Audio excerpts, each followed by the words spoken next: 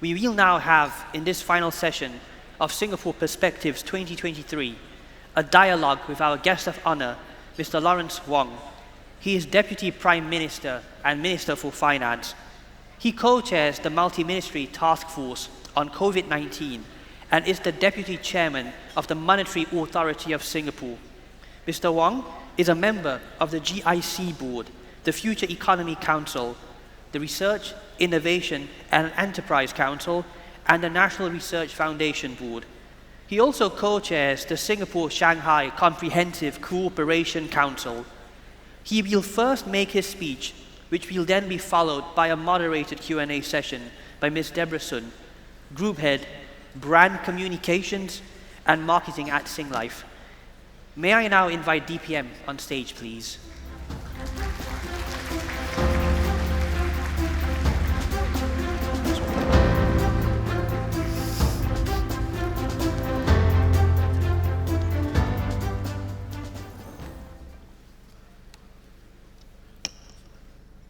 Distinguished guests, ladies and gentlemen, it's very good to have this opportunity to join all of you today for this session of this IPS Singapore Perspectives.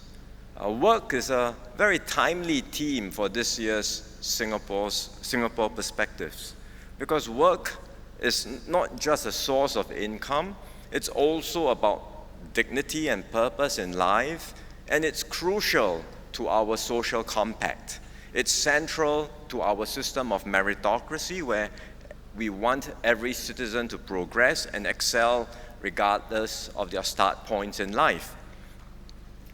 That's why promoting work has been such a key part of the government's economic and social policies. A healthy labor market has long been the foundation for inclusive growth and shared prosperity in Singapore. But as our external environment and as the nature of work itself evolves, so will our challenges. So today, I thought I would share with you 3 such challenges and also offer some ideas on how we intend to tackle them. The first challenge is the future of work. We all know that we are living in a period of change where technological advancements are disrupting industries everywhere. I do not believe that this will drive us towards a jobless future, which is a dystopian future that some people talk about. I don't think that will happen, because in Singapore, as well as in many other advanced economies, there are still more job openings than workers to fill, and robotics and automation will help to fill these gaps. But the nature of jobs will change. In fact, this is already happening. Most of today's jobs didn't exist 30 years ago, and likewise 30 years from now, there will be new jobs sprouting from scientific and technological progress. And the thing is, not everyone will be able to benefit equally from these technological changes. Those with the right skills will be able to seize the opportunities and enjoy tremendous rewards, while those who are unable to adjust and adapt will certainly face more challenges. Naturally, this will create anxieties, especially amongst older mid-career workers, because they are at greater risk of career disruption, as their skills will be less current by definition. And the fear of being made obsolete is very real for them. It can also be daunting for mid-careers to have to switch to a new field and start from scratch with uncertain prospects. And that's why we will need to review our policies and strengthen our institutions to ensure that work remains a central way for Singaporeans to thrive. The second challenge is the security of work, particularly with regards to retirement security. In Singapore, we have the CPF system, which is premised on self-reliance and work and funded by contributions from workers themselves as well as their employers.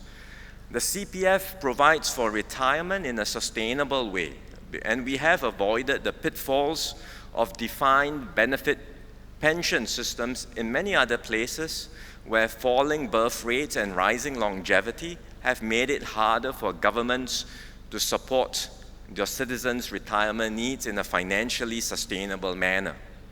At the same time, we have not kept our CPF system where it was. We have evolved it over the years, and in particular, the government has increasingly played a larger role in recent years to help Singaporeans earn and save for their retirement. For example, we now provide more interest for those with lower CPF balances. We've uplifted the incomes of lower wage workers through workfare and the progressive wage model, and we introduced silver support to supplement the retirement income of seniors who had low incomes in their working years. But with more disruptions and volatility expected in our economy and our lives, Singaporeans will find it harder to consistently build up their CPF savings. And so here again, we must consider what we can do together to help Singaporeans better meet their retirement needs. Then the third challenge is the challenge around the reward of work. How can we make rewards fairer and more equitable? And so far, again, we have been doing well in the sense that we have been able to sustain income growth across different segments of the workforce, with lower income groups enjoying higher real wage growth than the middle income, or higher income for that matter. And that is why income inequality in Singapore, as measured by the Gini coefficient, has been steadily coming down over the last decade. But again, we can do better in several areas. For example, we know that the median starting salary for university graduates is about twice that of ITE graduates and 1.5 times that of polytechnic graduates. And while some difference is understandable, too wide a gap can lead to problematic outcomes. For example, some may choose not to enter vocations they have been trained for, or may feel pressured to pursue a degree just to get the credentials, even if it's not aligned with their strengths or interests. It also becomes harder to match the right persons with the right skills to the right jobs. And all this compounds the sense of a continuous rat race and paper chase, adding to the worries and anxieties of Singaporeans. So left unaddressed, all of these challenges, which I've just outlined briefly, can adversely impact our social compact. We've seen this happen in many other places where workers find themselves left behind, or they feel that the system is unfair, and then resentment sets in and social cohesion starts to fray. And in fact, we've heard similar concerns around the issues I outlined just now in our Forward Singapore conversations and also at NTUC's conversations with workers. And that's why the government has been studying what we can do to address these concerns and to strengthen our social compact. Today, I will share some preliminary thoughts with you on what we are thinking about. And I look forward certainly to hearing your views and perspectives later at the dialogue. First, we will need to redouble our investments in skills and human capital. We've started on this journey with Skills Future a few years ago. We've made a lot of progress since then, but there's still much more that needs to be done. In particular, we must strengthen adult skills training and improve pathways to get to better jobs, and this must form a core pillar of our refreshed social compact. Because we know that these days, most workers will have multiple careers in their lifetimes. Even in the rare case of somebody working in the same company throughout their lives, the work they do will likely evolve over time. And that means workers must be able to access skills training to update themselves and stay relevant. And this is not just about undergoing a half-day orientation course, but really going through substantive training that could last a few days or even weeks. Unfortunately, we all know, even from our own personal experience, it's not easy for people to enroll in such meaningful and substantial training. Employers may not support the training programs, or even if employers say, we allow our workers to attend, the workers may not pay the salaries of the workers during the period of training. And not surprisingly, mid-career workers, many of whom need to take care of both elderly parents and children, will find it difficult to commit to such training. Workers who are displaced from their jobs face even more acute challenges. Some may need to switch to a different field altogether, but they find it difficult to go for training when they are unemployed and still have families to support. So they may end up just taking the first job available, even if it's not a good fit for them, which is not ideal. We will therefore need to consider how we strengthen our skills and training ecosystem to provide more support for workers, give them a fresh injection of skills, and help them be better prepared for the transition to jobs in new growth areas. And we have to be careful in thinking about what we do that it does not erode the incentive to work. Because we have seen the results of unemployment benefits offered in other places where displaced workers receive generous benefits, but they then find it more attractive to stay unemployed than to get back into the workforce. So we want to avoid these sorts of negative outcomes.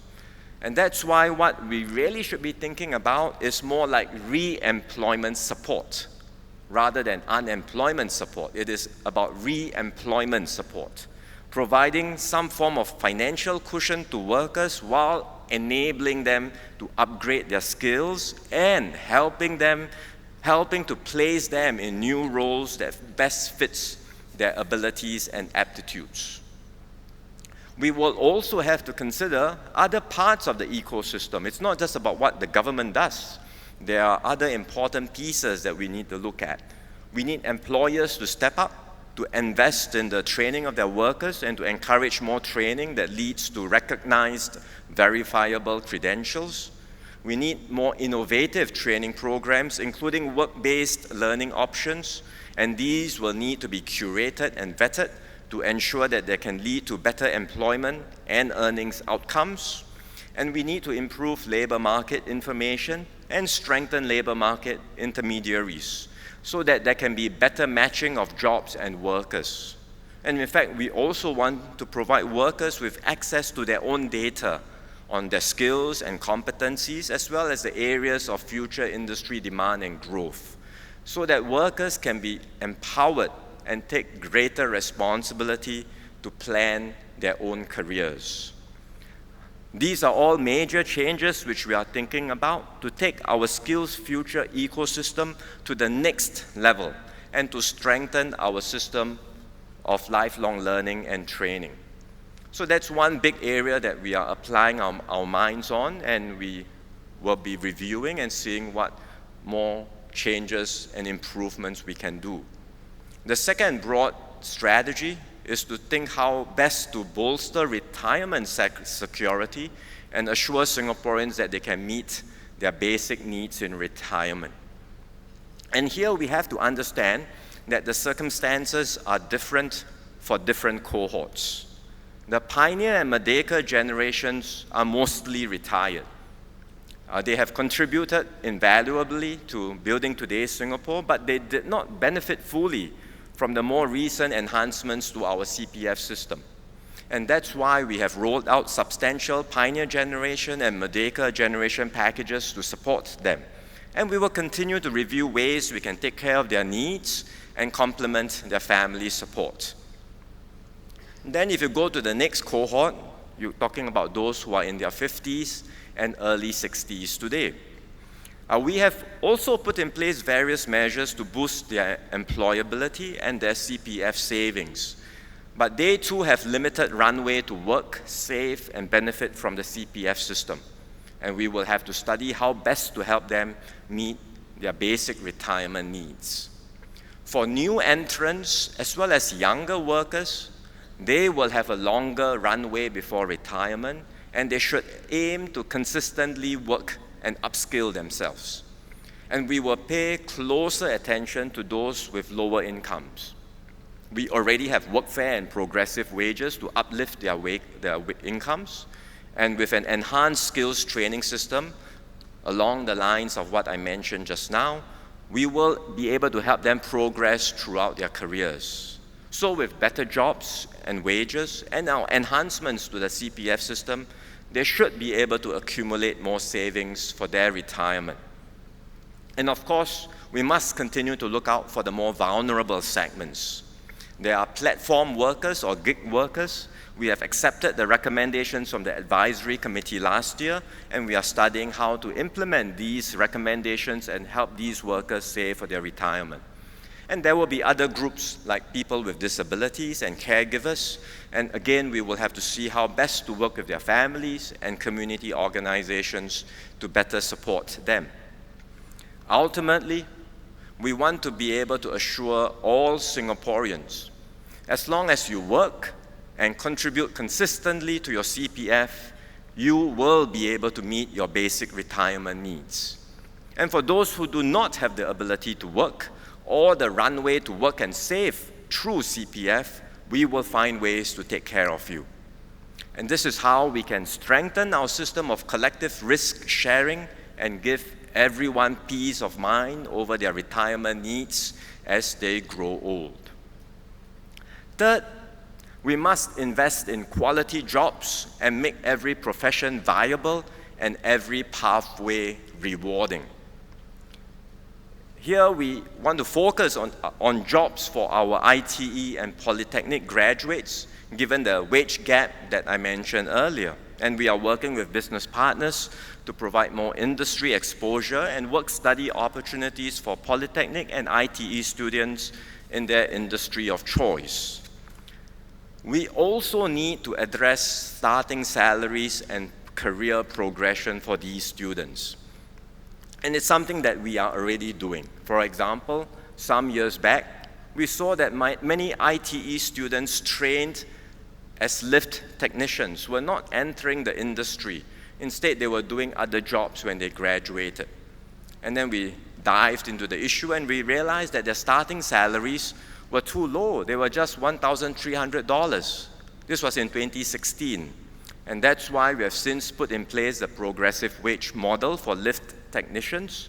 Starting salaries are now 40% higher at $1,850 and set to increase further over the next few years. But it's not just about the starting salary.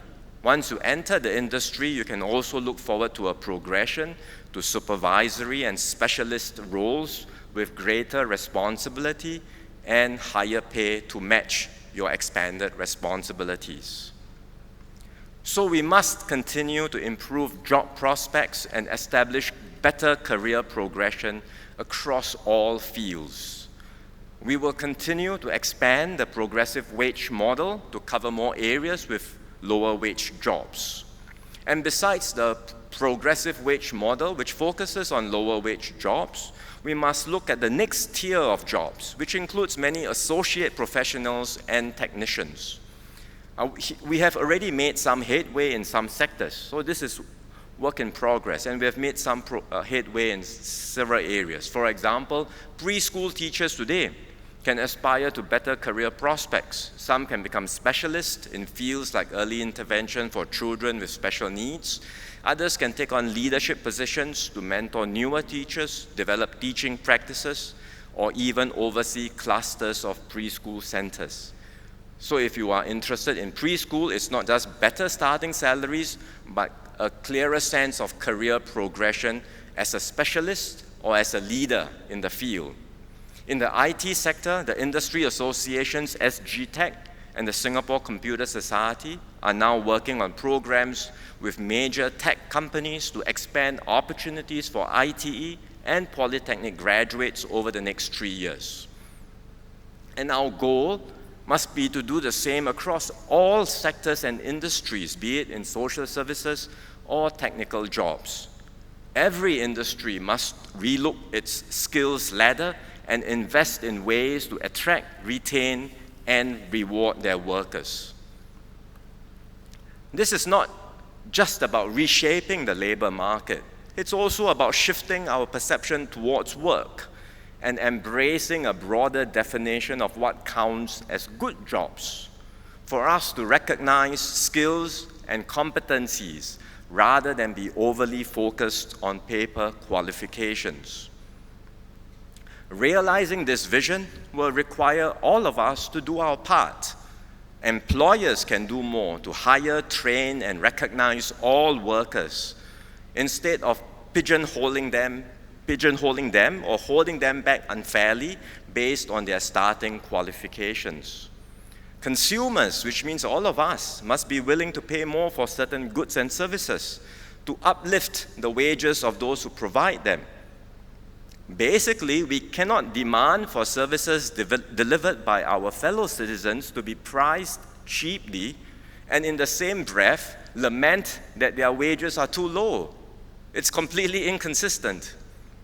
I know this is not an easy conversation to have at a time when people are also concerned about rising prices and cost of living issues. And that's why we will have to manage this economic restructuring carefully, and the government will do whatever we can to provide support during this transition. But importantly, each of us as parents, teachers, colleagues, and friends, all of us must do our part to recognize and value one another and accord dignity and respect to everyone for the work that they do. You know, in life, there's always a temptation to compare with others, to see who is better. Some of this comparison can help drive healthy competition and a desire to learn and improve. But sometimes, the comparisons are motivated by the wrong reasons and shaped by the desire to acquire status and social prestige. We saw this recently when there was a social media debate about luxury bags and what is deemed branded. I mean, if you have not been following the debate, then just go online and Google Charles and Keith. But it extends to other areas too. We continue to see parental preferences for certain branded or top schools, even though MOE says every school is a good school. We continue to see preferences for branded jobs that supposedly confer higher status in life. And even within one industry, there is sometimes a perception of a hierarchy of jobs, with some areas deemed more prestigious than others. I wish things were different, but I am a realist. I know it's not going to be easy to change these mindsets, but we should all try to appreciate and recognize one another for who we are. Because at the end of the day, everyone is different. We are each blessed with unique gifts and talents. There is no need to compare with others. The only comparison we need to make is an internal one, to focus on our own lives, to keep learning, improving, and ultimately to be better versions of ourselves. Now, much of what I've shared today and the changes we will need to make will require the buy-in from everyone in society, just as it has been throughout our nation's history. And we are fortunate that in Singapore we have built up over the decades a strong foundation of tripartite partnership, with the government, unions, and employers working together to ensure that growth and prosperity is shared by everyone in Singapore. So I look forward to working closely with our tripartite partners and other stakeholders as we chart our new way forward. And as we continue with our Forward Singapore deliberations, which are ongoing, I invite all of you to partner with the government in co-creating our new social compact and shaping our future together. To conclude, work has evolved and will continue to evolve, but good jobs and work will always remain a key pillar of our social compact in Singapore. We will spare no effort to ensure that the labor market of the future offers benefits, opportunity, and security for all. And we will ensure that Singapore remains a place where everyone can progress throughout life, contribute meaningfully to society, and forge fulfilling and dignified lives with greater assurance for today and tomorrow. Thank you very much, and I look forward to our dialogue. Thank you, DPM. We will now start our question and answer session. Ms Debra Soon will be moderating this session. Ms Soon, please.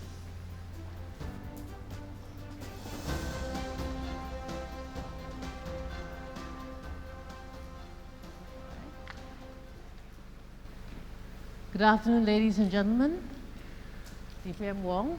The last time I moderated a panel at the IPS Singapore Perspectives was in 2018, I think, just before I left MediaCorp. And since then, I have changed job twice because the future of work is now, not tomorrow, and every day should be a day for you to learn new skills and learn about new industries. But I was persuaded today to come back to moderate this because Mr. Chandas Devon was particularly persuasive this year, but also because, as my training was about being a journalist, I couldn't pass on the chance to grill or ask polite questions of the future Prime Minister. It's okay to grill. So you all had to take that cue and also grill and ask difficult and penetrating questions, so as to give him the opportunity to give us insightful and non-standard, non-prepared answers. I'm completely non-prepared. I have no idea what you're going to ask.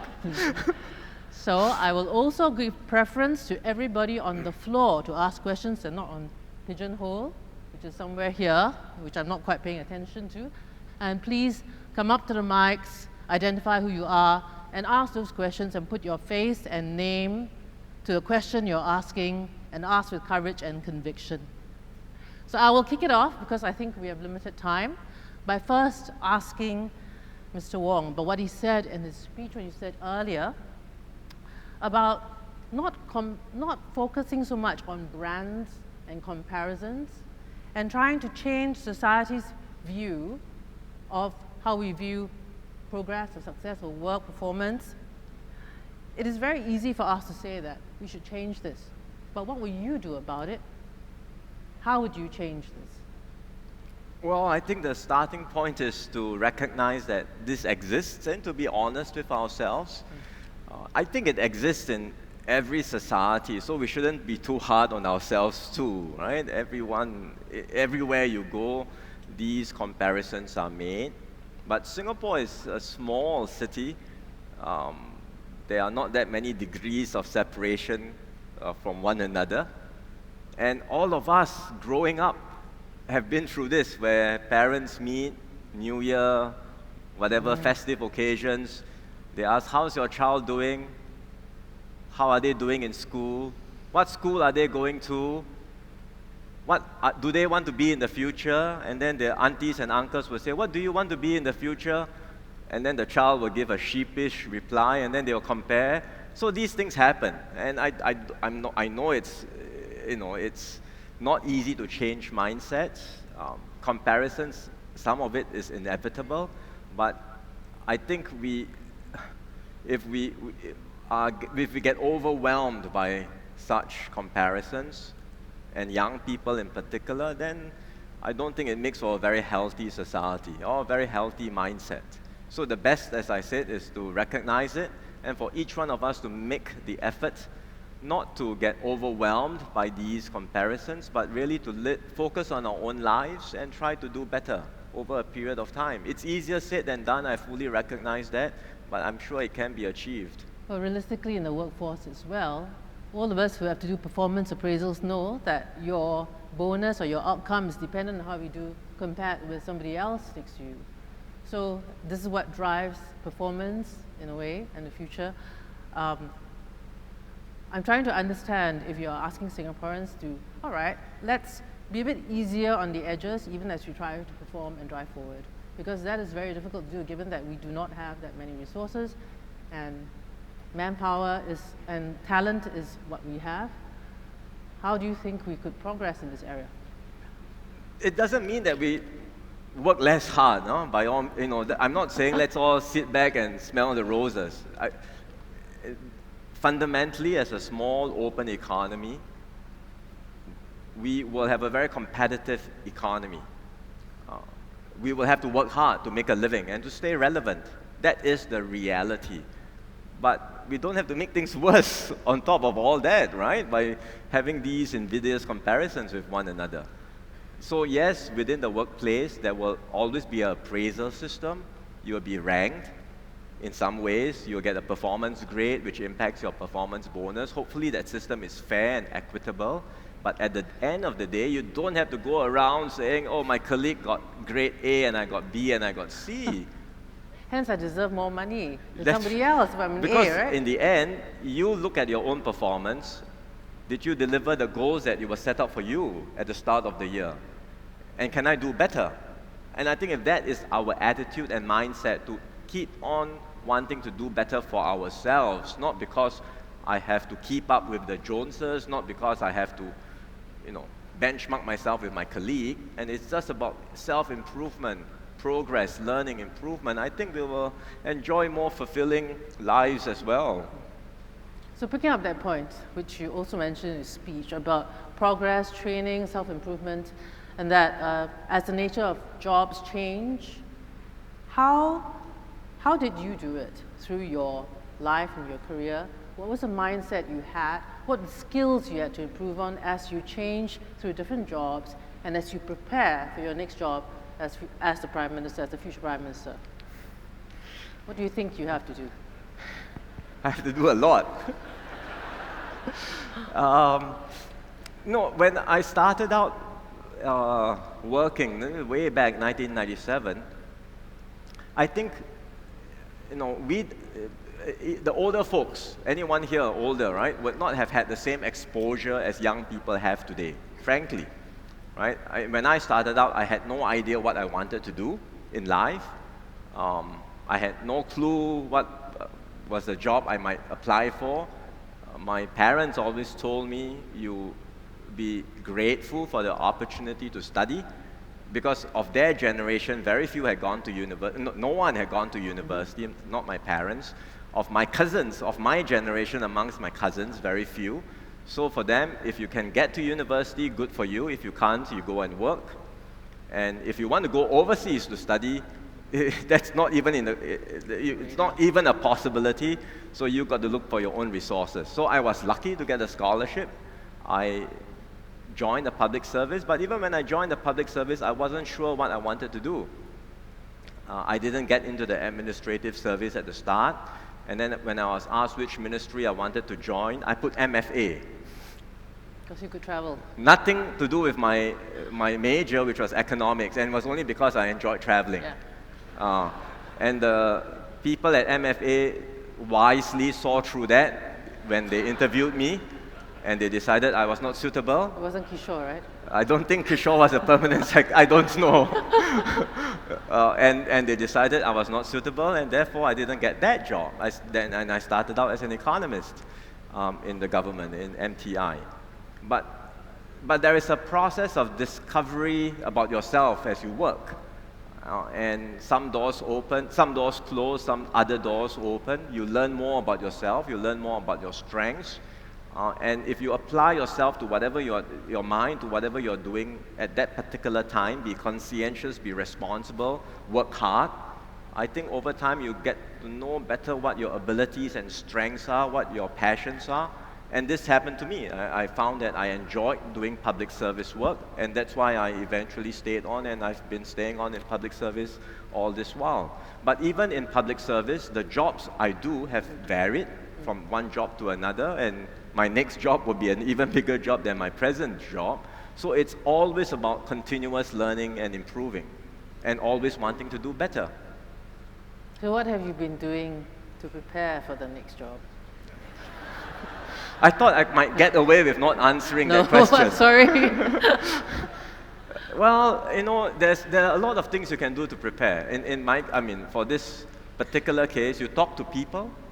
I think mentors play a very important role, people who have gone through it before. So talking with ESM Go, for example, talking with present PM, understanding what kinds of responsibilities, what kinds of roles, what kinds of challenges they face. I think that's very helpful. So that's one way. And then I suppose in different aspects, right? For example, in public communications, you think very hard about what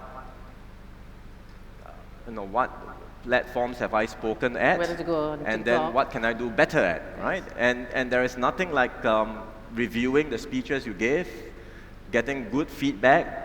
It's very interesting, and this applies to all of us.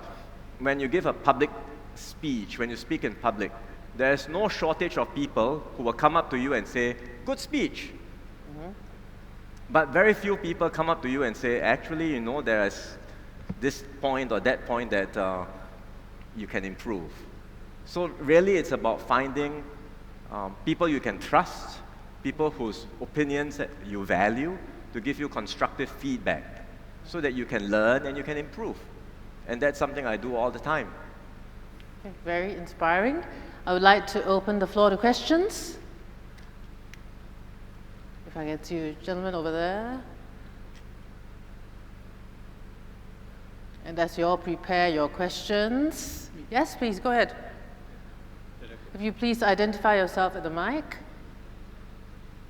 Hello. All right. Thank you. Firstly, thank you, DPM Wong. I'm so sorry. DPM Wong for that very insightful sharing. It's okay. I'm sorry. Yes. We get confused. I mean, people confuse the two of us sometimes. I apologize. I'm Marianne from Raffles Institution. I just have one very simple question, nothing as sharp as what you've been asked yet. I just wanted to comment on the very dominant narrative that we've been hearing throughout this entire dialogue, including other panel sessions, about upskilling centered around tech as our main, economic narrative. And my question is, could this emphasis on taking jobs higher up in the value chain, they are more focused on tech, subconsciously dismiss workers who are in and perfectly enjoy the current state of their jobs, which might be less recognized or perceived as less essential, such as hawkers or those in the art scene, as we saw from the COVID-19 survey. So how could we mitigate these impacts on other intangible aims like heritage or tradition and inclusion? Thank you. Sure. It's not to be, I mean, when we talk about upskilling and the importance of really keep wanting to do better in every field, it is not always centered on technology. Technology is only an enabler.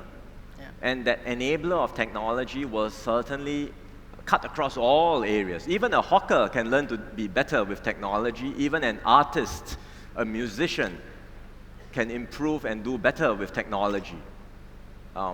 If you are into music, which I am, incidentally, you will be amazed at what you can do with digital technology today. Right? In the old days, you play music, you have amplifiers, you have a big setup. Nowadays, you can bring something this size, and you can replicate all of the sounds with digital technology.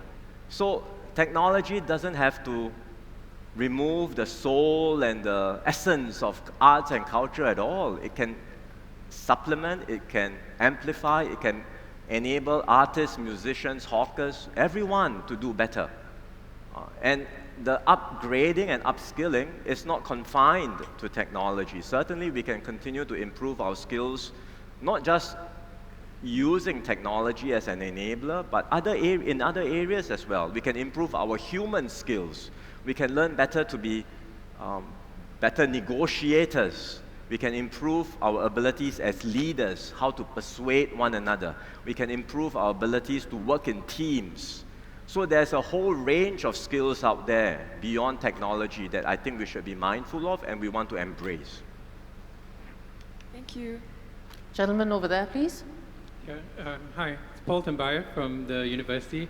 Thank you very much for sharing. It was also intriguing that there was a hint that we may do away with stack rankings, or is that just wishful thinking?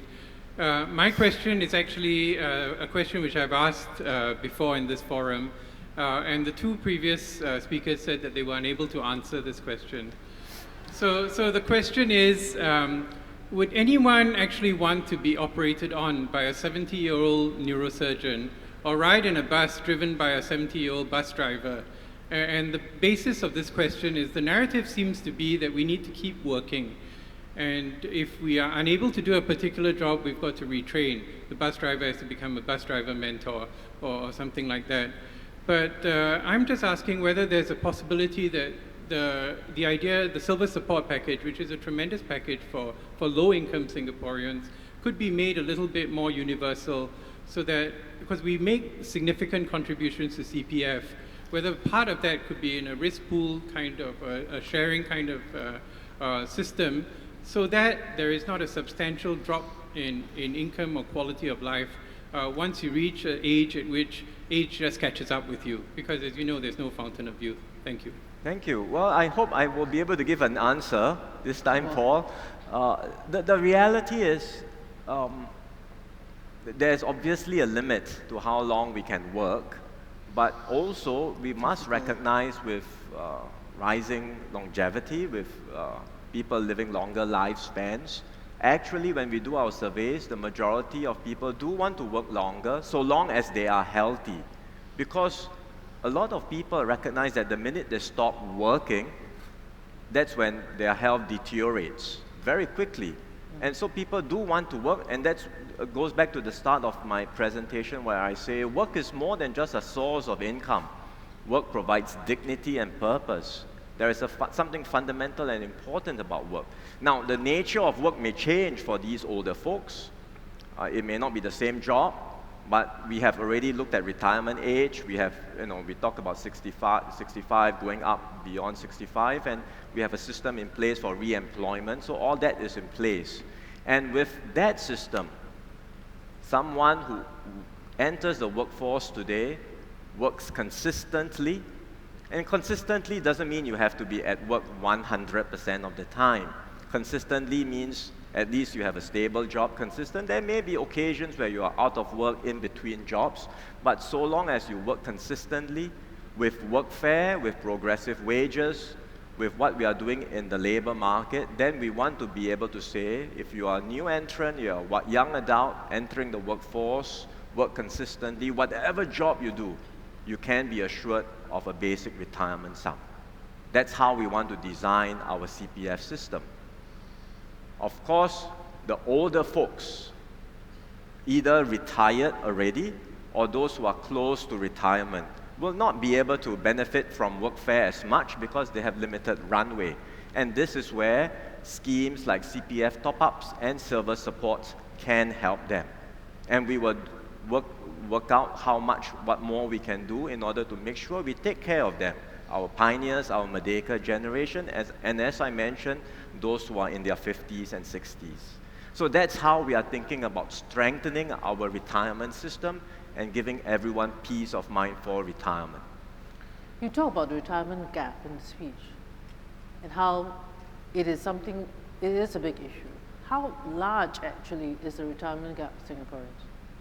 Well, the groups that, if you look at the younger groups, I think we are all right, because I think with the younger age groups, because of workfare, because of progressive wages, because of extra interest on CPF, as I said, and there are some vulnerable areas like gig workers, but we are addressing that. So I think we are designing a system that young adults, new entrants should be all right. The gaps are greater for the pioneers, the Merdeka, and those in their 50s and 60s, for the older folks, because they have not had the runway to benefit from the enhancements to the CPF system, as well as the labor markets that we have made in recent time. For the pioneers and the Merdeka, we have already rolled out schemes to help them. We will see what more we can do. For the 50s and 60s, early 60s, we will have to study, and we are studying what more we can do to close the gap. That's where we are now, and we are in the midst of this review. Young gentleman over there. Thank you, Deputy Minister Wong. I'm Luke Pline from the United World College. My question is, John Locke's proviso mandates, and I quote, "enough and as good. Inequality is okay as long as there are other enough opportunities and good opportunities in different sectors." 69.45% of Singapore's industry is service, about 25% is industry. Would it not be in Singapore's interest to expand the diversity across the sectors rather than continue within existing sectors that form the supermajority of Singapore's sectors? And my follow-up question to that is, considering that institutions break like glass rather than bend like steel, should Singapore diversify its sectors with haste and urgency? Thank you. You said the services is 75%, it's a super majority, but in fact, if you look at the economy, services is a very broad classification for many subsectors. Services includes logistics, wholesale trade, retail, hospitality, F&B, professional services, real estate. So it's not quite accurate to consider all of that and say, oh, it's just services and we have over-concentration of services. 75% of the economy is services, too concentrated. That's not how we look at it, because you have to break it down into the specific industries. Even manufacturing, which is 25% of our economy, we have been making great efforts to diversify our manufacturing sector. So it's not just electronics, but we have biomedical science, we have pharmaceuticals, we have a whole range of different precision engineering. So this diversification of our economy is something we have been doing over the years and will certainly continue to do. We don't want to be overly concentrated in any particular area, and we want to make sure that there is a diverse, vibrant economy with opportunities for everyone to thrive. Thank you, sir. Anybody else from the floor? Yes, please. Oh, Kishore first? Oh, the gentleman over there, sorry.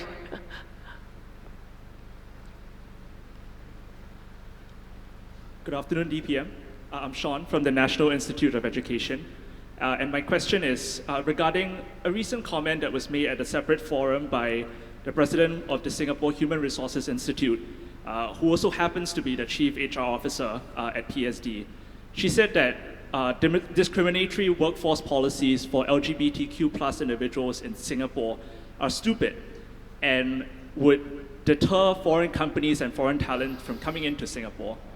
I think given the recent repeal and debate over Section 377A, we can also agree that the social compact in Singapore in that regard has shifted.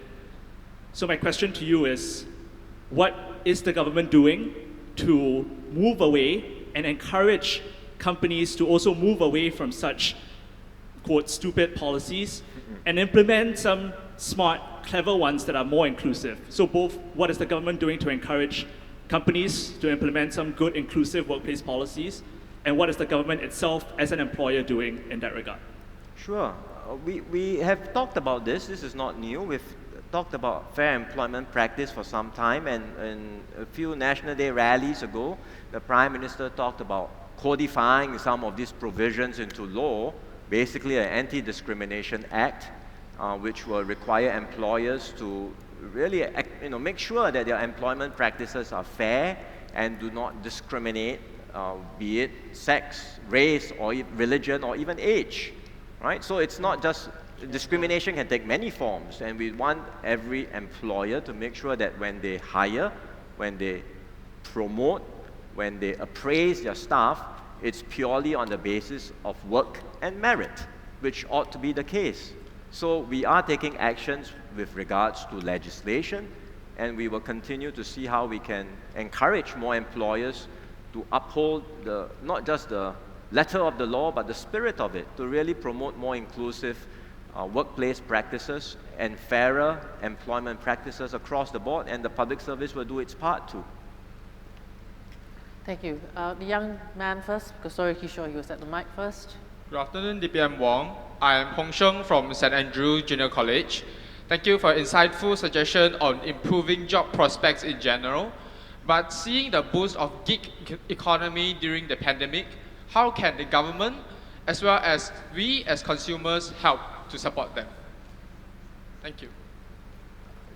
There is a role for platform workers and platform companies, so we do not think that will go away. We think that there will continue to be a role for gig workers in our economy.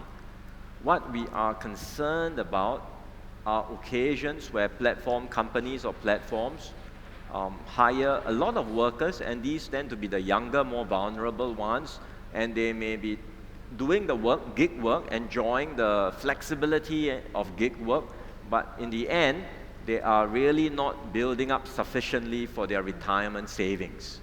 And that is why we convened an advisory committee, tripartite advisory committee, some time back. They recently put out their recommendations that there needs to be a proper CPF system in place for these gig workers as well, and we are working through the recommendations and seeing how they can be implemented.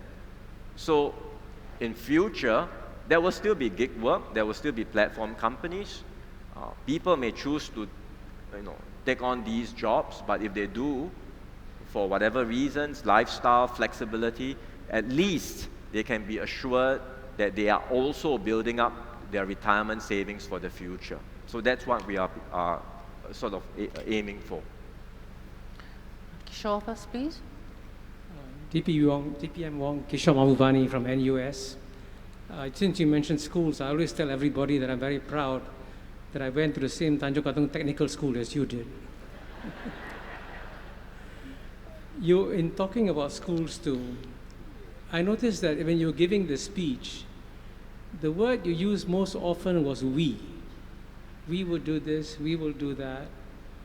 And the whole onus of responsibility you were putting on the government to say that we will take care of this and we will take care of that. As you know, if you're giving the same speech in Michigan, and if you were saying, oh, it's up to the government to do this, it's up to the government to do that, they will look at you and say, hey, isn't it also a big, equally important responsibility for society to take care of itself and not rely so much on government? So going forward, over the next 10 to 20 years, do you see a need to rebalance the contributions made by government and society when it comes to addressing such big issues as the one that you raised today? For sure, for sure. When I say we, often in my remarks, I suppose I can be clearer, but very often when I talk about we, it's not just the government alone. In fact, in one or two instances, I highlighted the role that all of us have to play. Employers will play a key role. Consumers, all of us, members of the public, will have to play a key role in changing mindsets and being prepared to pay more for services delivered by our fellow citizens, especially if we are concerned about uplifting the wages of lower-income Singaporeans. So certainly, the we is not just government efforts alone, but we also recognize that the government has a role to play and can do more. And that's something we are deliberating about, not necessarily spending more, but it's also about policies and how we might review and update our policies. Where spending is concerned, we think that there is some scope for government spending to increase. I've said this before in last year's budget. We spend as a government now about 18% of GDP. That's relatively low compared to many other developed countries. But with an aging population, with the needs for healthcare and social spending expected to rise, we think that by 2030, the government will spend about 20+% of GDP. That's about a 2 percentage point increase. It may not seem like a lot to you, but the GST increase, for example, hardly even meets that delta in increased spending, just that GST increase alone. So we, in other words, have to find other ways of generating revenues, and Singaporeans must be prepared to do their part to contribute those additional revenues in order for us to meet that increased expenditure and provide the necessary assurances and support for Singaporeans. We do not think we need to go all the way to what some European countries have done, which is to spend a lot more, 30% of GDP, and with taxes which are much higher, where GST and VAT rates in many European countries are double digits, and top personal income rates are well above 30%. We don't think we need to get to that level, but I think from where we are today, there is scope for the government to do more, but it has to be in partnership with everyone else in society, and that's how we can refresh our social compact together. The lady at the back, please. Yes. DPM Wong, thank you for your speech. My name is Karina Lim. I'm from Aware. At any one time in Singapore, there are about 600,000 women who are not in the workforce. And so work is a very important issue for women and for my organization. So the first question is, and we did a research on this and we found that many low-income women who needed, they were low-income mothers who needed the money, but they weren't in work. One reason was childcare, and it's great to see all the progress that's been made in childcare. However, the other reason was that work just didn't pay enough for them to actually go out to work. So the progressive wage model and workfare are very important pieces of policy. With the increase in inflation, is the government reviewing the levels of the PWM and workfare? Because I think they will be the most badly hit, since they can't really decide that their expenses are basics anyway. They can't really switch down to something that's less expensive. That's the first question. The second question I asked earlier, can we increase paternity leave? Because it is really important to equalize caregiving at home so that we can have equality in the workplace. And thirdly, the Anti-Discrimination Act, we've seen government statements that it will counter discrimination on the basis of gender, age, race, religion, and disability. This was before 377A was repealed. Will sexual orientation, gender identity be included in one of the categories that will be protected by the Anti-Discrimination Act? Thank you very much. Okay, 3 questions. Let me take them in turn. First, on inflation, it's certainly a concern for lower wage workers, but you have to remember that lower wage earners are not only benefiting from workfare and progressive wages, they are also receiving support from the government explicitly to help cope with inflation. Last year, the government provided sufficient support to offset entirely the inflation-driven increase in spending for low-income families. Setting aside workfare and progressive wages, which are separate measures, the support we gave in terms of utilities, rebates, cash, were enough for low-income families to offset the increase in spending due to inflation. For middle-income families, the support we gave was enough to offset about half of the increase in spending arising from inflation. That was what we did last year, and we will consider what we have to do this year. So when you look at it in totality, we have workfare, we have progressive wages, and there will continue to be support measures to help families, particularly in the lower income groups, cope with the pressures of inflation. And that's why it doesn't mean we are not going to update workfare and progressive wages over time, but we have different measures and different schemes to address different issues. And with inflation, we have other means to address. It's not all of the help needs to be loaded on workfare and progressive wages. There are other schemes that we have in place as well. On paternity leave, I would just say we continue to review the whole series of measures we have for marriage and parenthood. Leave arrangements are just part of it, but it goes beyond the number of days of paternity leave. I think a lot of this is also mindsets and getting fathers and husbands to play a bigger role in caregiving arrangements for their children. I think some of those mindsets have changed. You see younger parents today, the fathers are more progressive, they are more enlightened, they do want to take care of their kids, they want to be more involved, which is an excellent thing. I think mindsets of employers also need to change. But overall, if you look at paternity leave, the take-up rate amongst men in Singapore is still not as high as what we would like it to be, even today. So there is still scope for us to encourage, for employers to encourage, for society to encourage fathers to play a bigger role. And we will continue to do so while reviewing all the different measures. On the anti-discrimination provisions, we have said very clearly it covers sex. Sex is different from gender, right? So it will cover sex, it will cover race, religion, age. We have stated very clearly what the areas of coverage are for the Anti-Discrimination Act. That was something MUM has put out, and in due course we will have a debate on this in Parliament when the Act is tabled. I suggest, because we're running out of time, that we take the questions from all of you who are still standing and wrap it after that. So, lady in blue, please. Good afternoon, DPM Wong. My name is Radha Basu and I'm from the South Foundation. In your speech, you mentioned the need to strengthen the adults' skills training programs so that it leads to better quality jobs. Can you elaborate on the government's thinking on that, particularly with regard to older mid-career workers whose skills are at risk of being rendered obsolete? And I ask this question because there is evidence from the focus group discussions we've been conducting that older workers might need more guidance and support with regard to upskilling, and that there are too many courses to choose from, and sometimes, quite often, this upskilling is not leading to better quality jobs.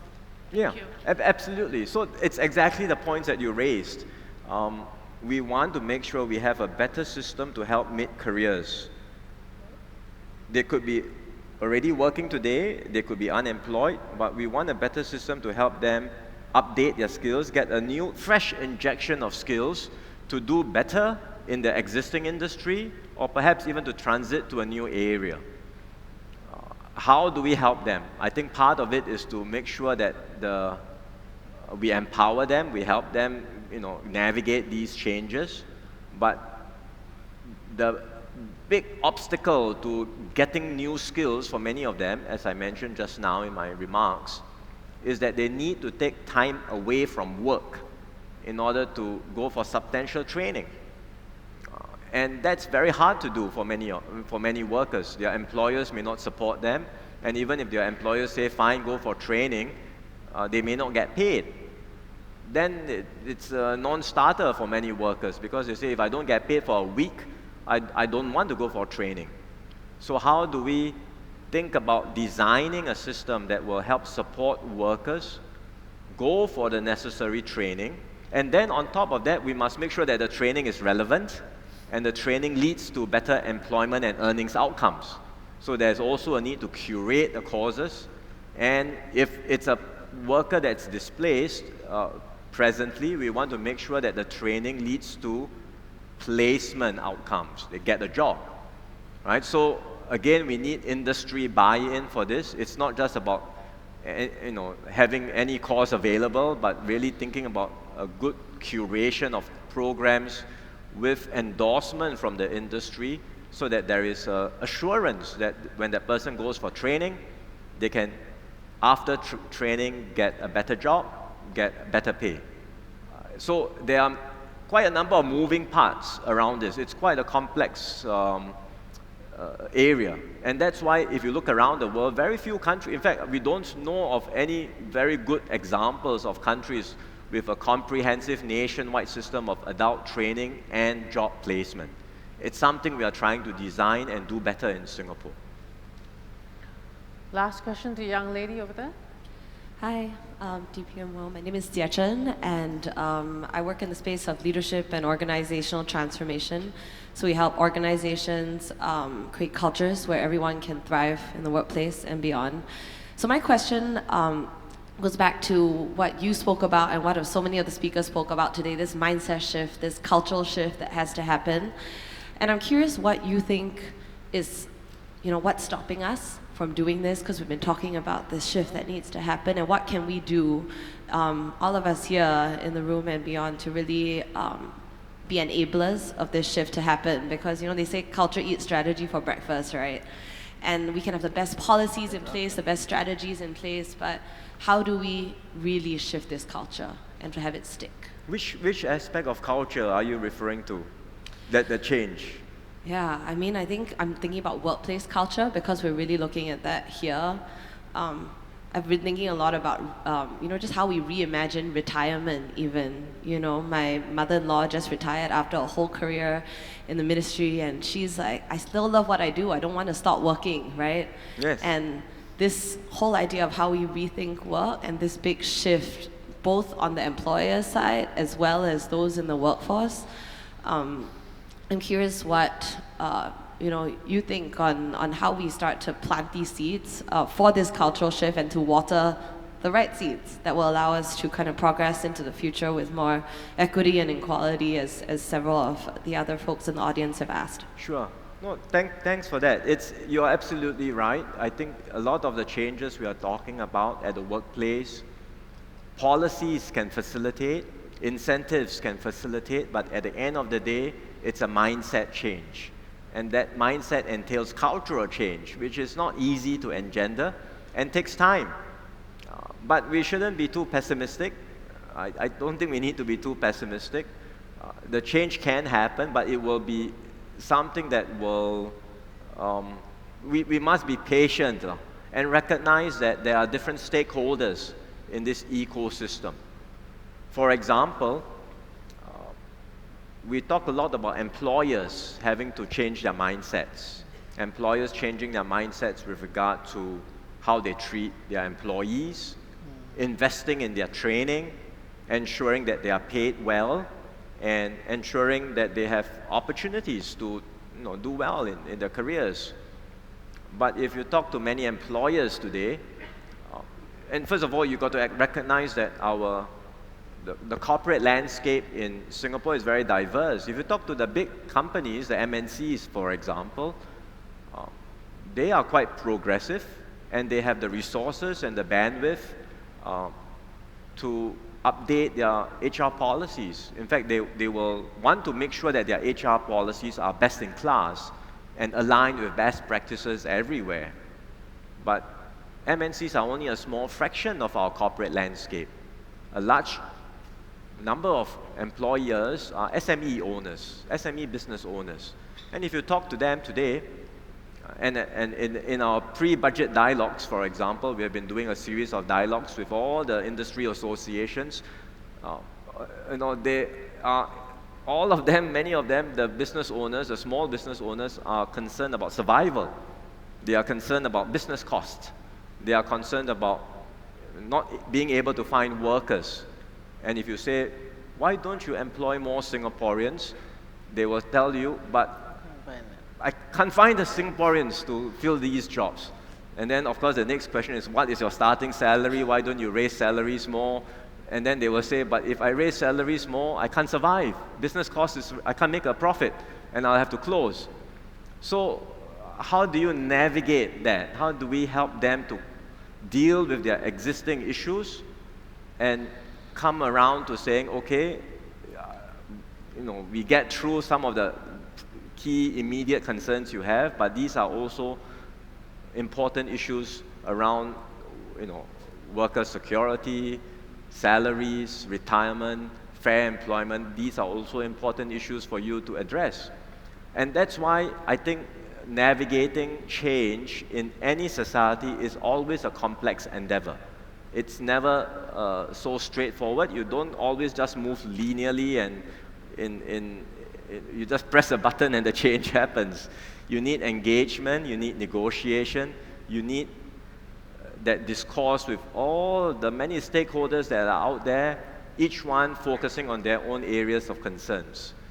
The good thing is that in Singapore, we have a strong foundation of navigating these differences. We have a very strong and solid tripartite partnership built up over many years and decades. There is trust amongst the different stakeholders. So whether it's dealing with fair employment, anti-discrimination, flexi work arrangements, we work through in that fashion and we are able to move forward. The changes we make through these deliberations and discussions may not satisfy everyone. It may not satisfy some groups here who say, oh, you need to change more. But it may not satisfy the SME owners also who say, look, you are changing too much. And I'm overwhelmed by all the impositions that you are making on me. But in the end, we have to learn to compromise. We have to learn to accommodate one another and do things in a pragmatic fashion so that we can keep on moving forward. That is what the Singapore story is about. Continually evolving, progressing, and moving forward. And that's what we aim to do in order to refresh our social compact going forward as well. Thank you very much, DPM Wong. And also for, I'm just going to wrap, for telling us or promising us that the government will do more for gig workers, for training, to close the retirement gap for people in their 50s, that you'll be spending more on GDP, and we will all look forward to all these details on February the 14th. Not necessarily on February the 14th. Some of it anyway. Some of it maybe. Possibly an election year as well. Well, okay. Where did that come from? February 14th is the budget, but we are still having the Forward Singapore deliberations, and we will complete that exercise only in the second half of this year. So not everything to be delivered in the budget. Right, and on that note, thank you very much. Thank you very much for being a wonderful audience. Thank you. And have a very good evening. Thank you.